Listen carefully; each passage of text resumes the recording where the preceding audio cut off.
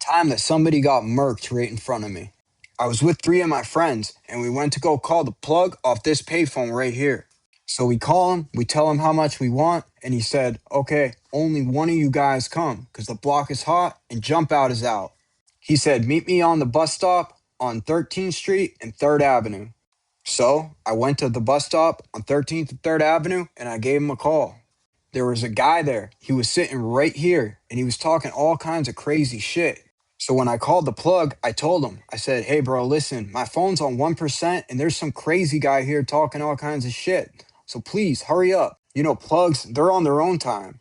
He asked me what the dude looked like and I told him. I gave him a description. So next thing you know, a guy on a beach cruiser bicycle pulled out from the side street. He had like a wife beater or a white tee covering his face, so I couldn't see who it was. He rode down to the end of the block here and he did a couple circles and then he came back and he stopped.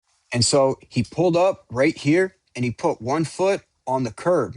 I stood up with my hand in my pocket thinking that the plug just sent one of his boys to come serve me. And before I could even take my hand out of my pocket, I heard the loudest bang ever. He had just popped the guy that was at the bus stop. And I took off running like I've never ran before. As I was running, I turned around and I could see the guy slump backwards, laying in the pile of broken glass from the bus stop.